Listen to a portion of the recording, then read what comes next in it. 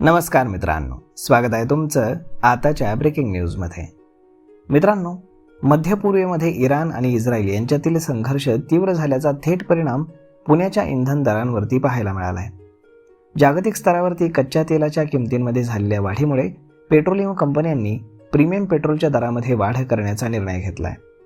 आजपासून म्हणजेच 20 मार्च 2026 पासून पुणेकरांना प्रीमियम पेट्रोलसाठी ज्यादा पैसे मोजावे लागणार आहेत.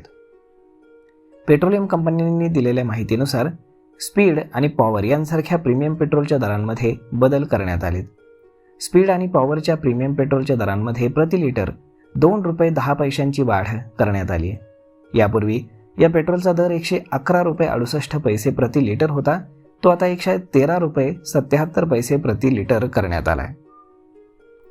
दरवाढीमागे जागतिक पातळीवरील कच्च्या तेलाच्या किमतींमध्ये झालेली मोठी वाढ कारणीभूत असल्याचं सांगितलं जात आहे.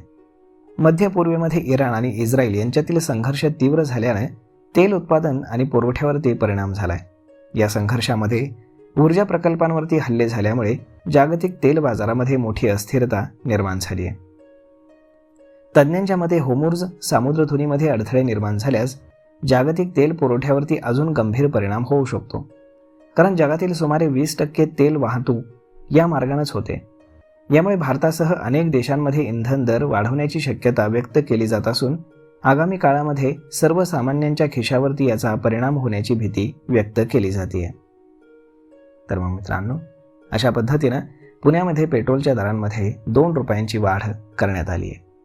यावरती आपलं मत काय हे तुम्ही आम्हाला कमेंट करून नक्कीच सांगा. आणि जर हा व्हिडिओ तुम्हाला आवडला असेल तर आपल्या जवळच्या मित्रमंडळींसोबत देखील हा व्हिडिओ तुम्ही शेअर करायला विसरू नका. धन्यवाद.